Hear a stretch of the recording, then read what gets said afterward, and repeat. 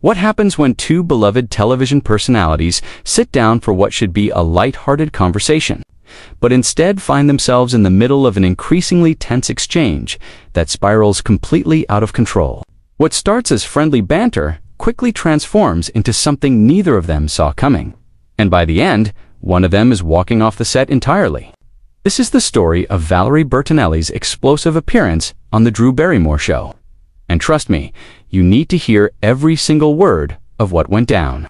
But before we get into it, make sure you hit that subscribe button and drop a comment below telling me whose side you're on after hearing this whole thing. Because this is one of those situations where everyone's going to have a strong opinion. The Drew Barrymore show set was buzzing with its usual energy that morning.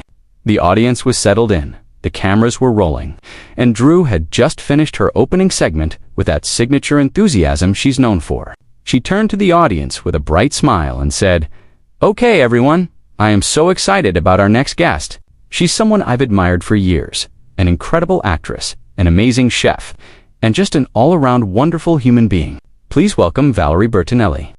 The audience erupted in applause as Valerie walked onto the stage, waving and smiling. She looked elegant in a navy blue blazer and jeans, her hair perfectly styled. Drew practically bounced out of her seat to greet her, wrapping Valerie in one of those characteristic long hugs she's famous for. They sat down across from each other, both smiling, both seemingly ready for a fun conversation.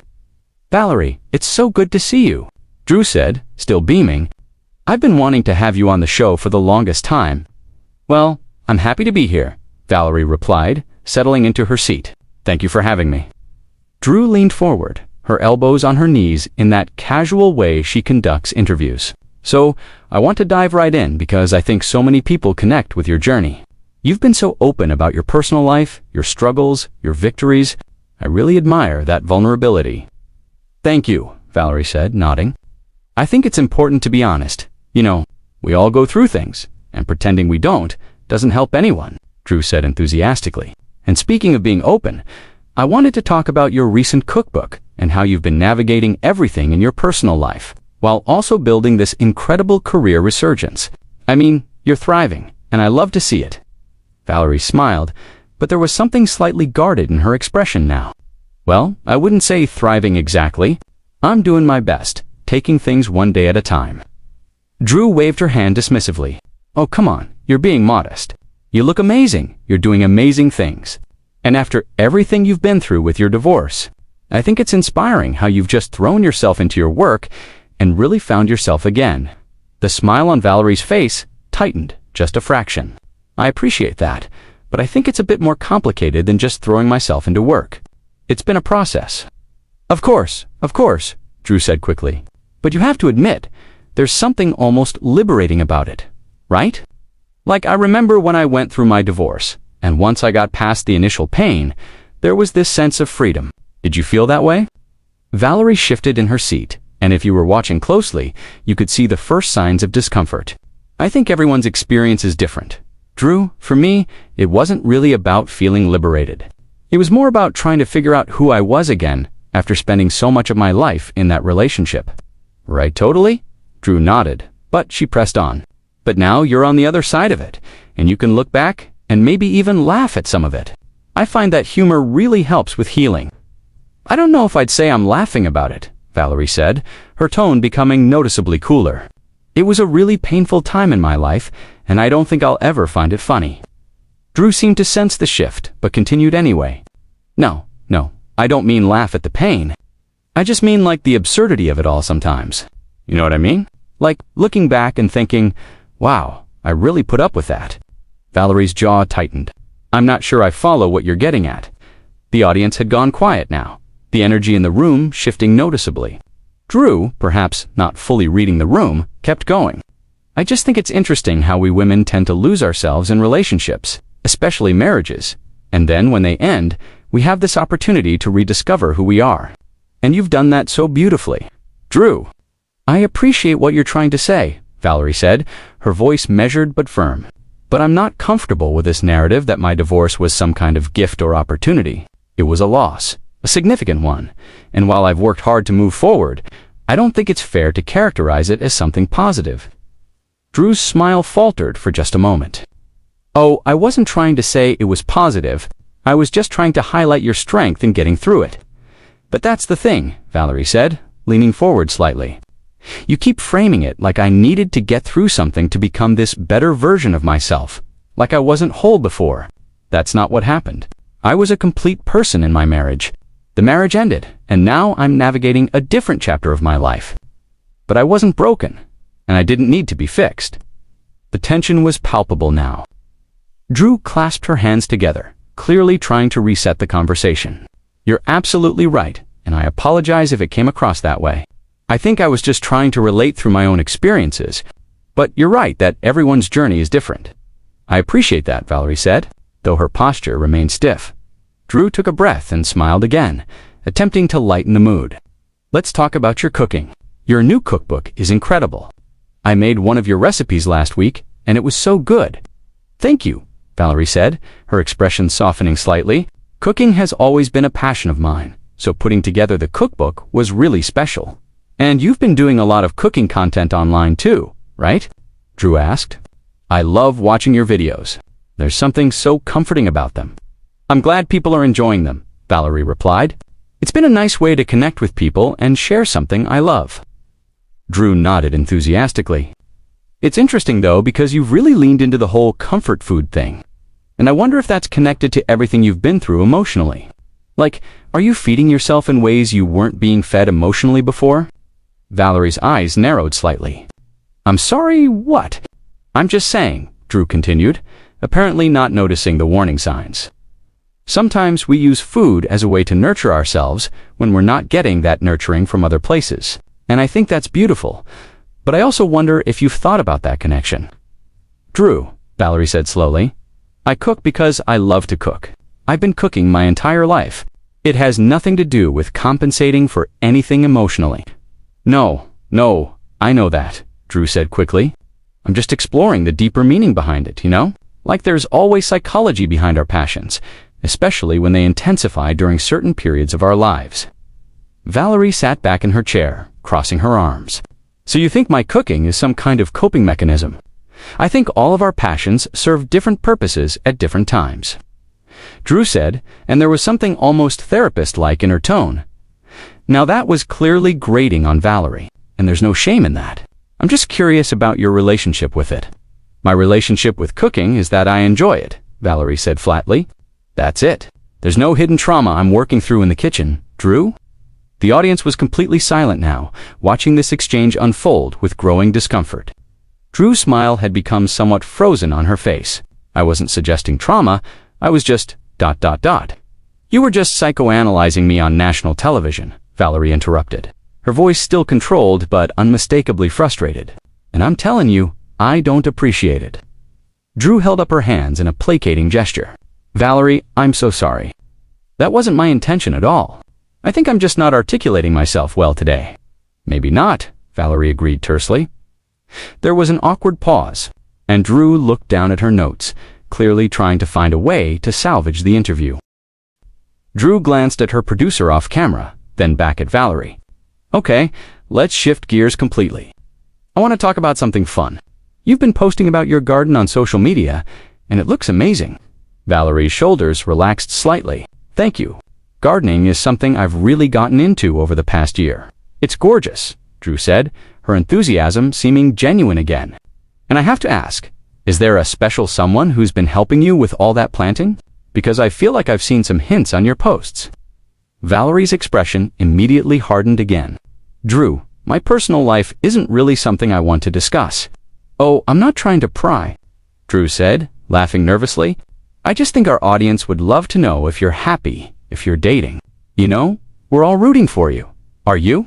Valerie asked, and there was an edge to her voice now. "Because it feels like you've spent this entire interview trying to dissect my divorce, analyze my emotional state, and now you want to know about my dating life. This isn't what I agreed to talk about." Drew's smile wavered.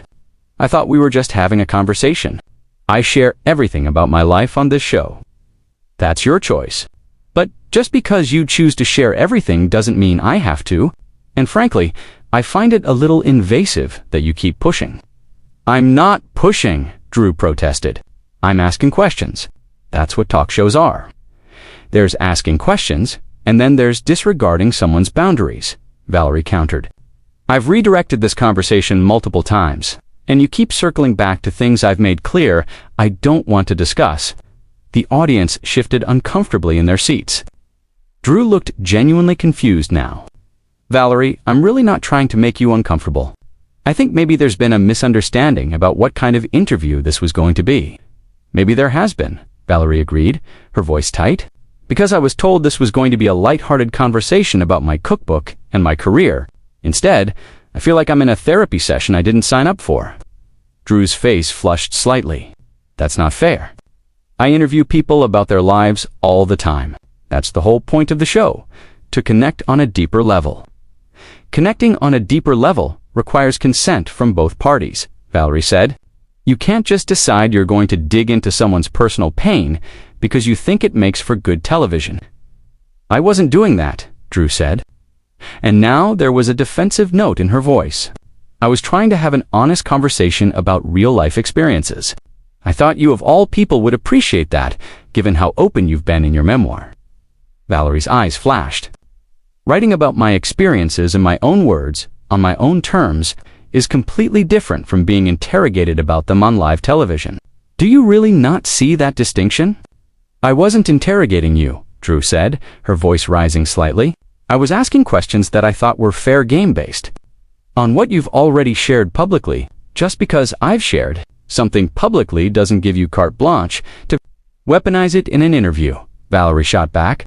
And yes, I said weaponize, because that's what it feels like when someone takes your vulnerability and uses it as fodder for their show without any regard for how you might feel about it in the moment. The energy in the studio had completely shifted now. What had started as mild discomfort had evolved into something much more serious. Drew looked toward her producer again, clearly unsure how to proceed. I don't know what to say, Drew finally said, her voice smaller now. I feel like everything I'm saying is coming out wrong. Maybe it's not about how you're saying it, Valerie suggested. Maybe it's about what you're choosing to focus on in the first place. Drew took a breath, visibly trying to compose herself. Look, I think we both care about being authentic and real. That's something I've always admired about you. So can we just reset and have an actual conversation instead of this back and forth?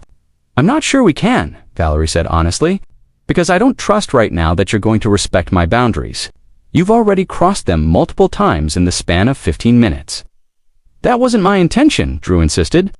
Intention doesn't erase impact, Valerie replied. You can have good intentions and still hurt someone. And right now, I'm telling you that I'm hurt and frustrated by how this interview has gone. Drew nodded slowly, and for a moment, she looked genuinely remorseful. I hear you, and I'm sorry. Can we please just try to finish this conversation on a better note? I don't want you to leave here feeling this way. Valerie considered this for a long moment. What did you want to ask me about the cookbook? Well, Drew said, seeming relieved at the olive branch. I was going to ask about your favorite recipe in it, and why it means so much to you.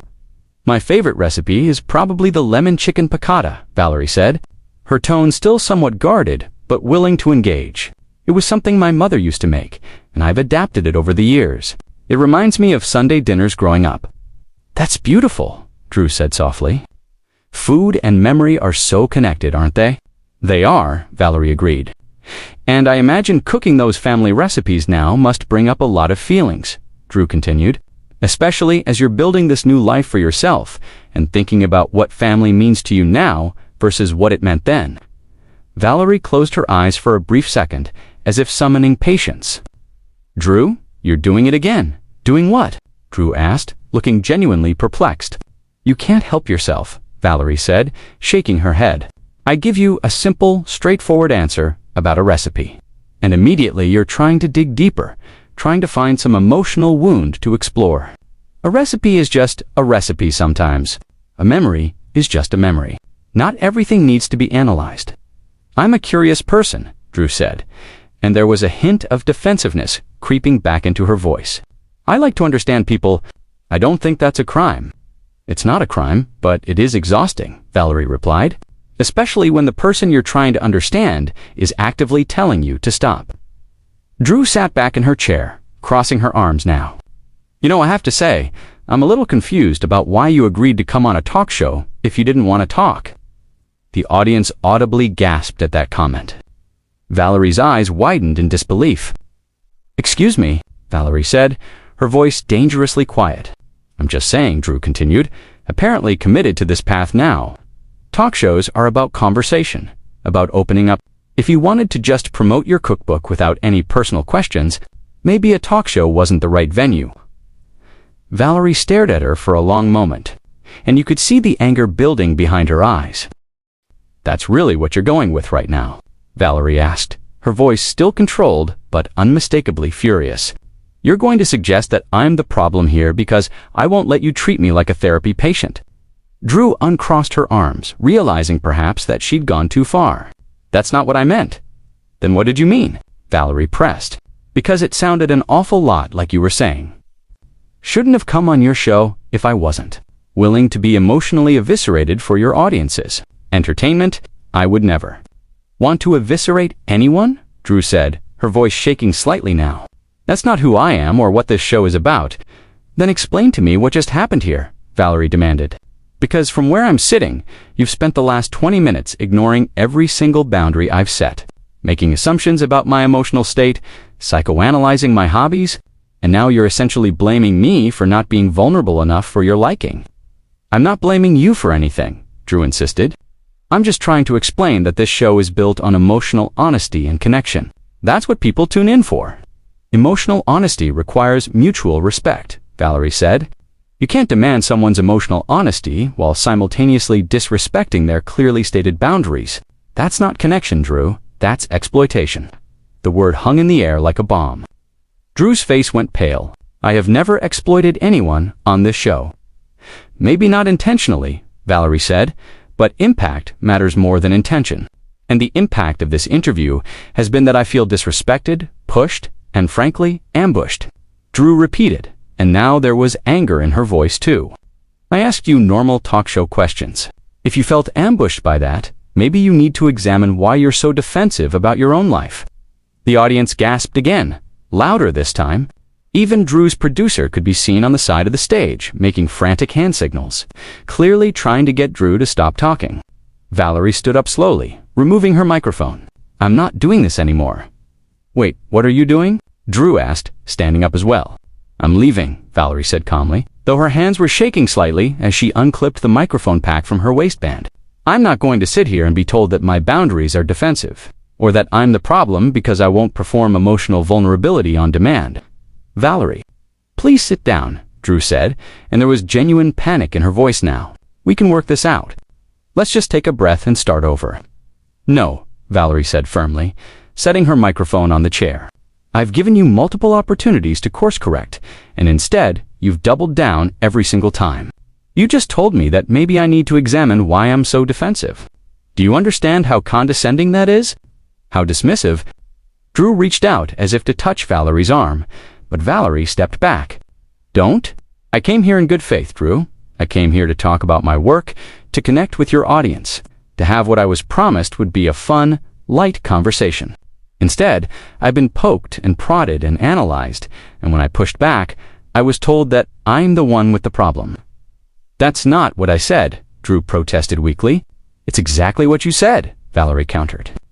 "You said maybe I need to examine why I'm so defensive. That's blaming me for having boundaries, for not wanting to be treated like a case study." The audience was completely silent now, watching this unfold with a mixture of shock and discomfort. Some people in the front row looked like they wanted to disappear into their seats. "I'm sorry," Drew said, and tears were visible in her eyes now. "I'm really sorry. I never meant for any of this to happen." "I believe that you didn't mean for it to happen," Valerie said, her voice softening just slightly. "But it did happen. And now I need to leave because I can't keep doing this dance where you hurt me. I tell you that you've hurt me, and then you make it about your intentions instead of my experience." "Please don't go," Drew said again. "We have 10 more minutes of the show." "Then fill it with something else," Valerie said, picking up her purse from beside the chair. "Run a pre-recorded segment. Do a cooking demonstration. I don't care. But I'm done." Drew looked desperately toward her producer, who was already rushing onto the stage. The producer, a woman in her 40s with a headset, approached cautiously. "Valerie, I'm so sorry. Can we please just talk about this for a second?" "There's nothing to talk about," Valerie said, turning to face the producer. "I was told this interview would focus on my cookbook and my career. Instead, it became an interrogation about my divorce, my emotional state, and my personal life. That's not what I agreed to." "I understand," the producer said carefully, "and we should have been clearer about the direction of the conversation. But please understand that Drew's interview style is very personal and emotional. That's what her audience expects." "Then her audience can expect it from someone else today," Valerie said, "because I'm not obligated to provide emotional content just because that's what people expect. I'm a human being, not a content machine." Drew wiped at her eyes, smearing her makeup. "Valerie, I'm begging you, please sit back down. We can talk about whatever you want for the rest of the interview. You can plug your cookbook. We can cook something together. Anything. Just please don't leave like this." Valerie looked at Drew for a long moment, and something in her expression shifted. It wasn't anger anymore. It was almost sadness. "Drew, I don't think you understand what you did wrong here, and until you do, sitting back down won't fix anything. You'll just do it again in a different way." "Then help me understand," Drew said desperately. "Tell me what I did wrong." "I've been telling you for the last 20 minutes, Valerie said quietly, "and you haven't been listening. That's the problem. You're so focused on getting the emotional moment, on creating the connection you think your show needs, that you're not actually hearing the person sitting across from you when they tell you to stop." "I hear you now," Drew said. "Do you?" Valerie asked. "Because even now, even as I'm literally walking away, you're still trying to convince me to stay and give you what you want. You're not respecting my decision to leave. You're not accepting that I have the right to remove myself from a situation that's making me uncomfortable. Instead, you're begging me to reconsider because you're worried about how this looks, about how it affects your show." Drew opened her mouth to respond, then closed it again. She seemed to be realizing, finally, that Valerie was right. "I need you to understand something," Valerie continued, her voice steady now. "Your style of interviewing, this deeply personal, emotionally vulnerable approach, it works for some people. There are guests who come on your show specifically because they want that kind of conversation. But it doesn't work for everyone, and when someone tells you it's not working for them, you need to respect that. You need to adjust. And you didn't do that today." "You're right," Drew said, her voice barely above a whisper. "You're absolutely right." "I know I am," Valerie said, "and I hope you'll think about this conversation and maybe approach future interviews differently. Because you have a platform, Drew. You have influence. And with that comes responsibility to treat your guests with respect, even when they don't want to give you the emotional vulnerability you're looking for." The producer stepped forward again. "Valerie, I want to apologize on behalf of the show. This shouldn't have happened, and we take full responsibility." "I appreciate that," Valerie said, nodding at her. Then she turned back to Drew. "I don't hate you, Drew.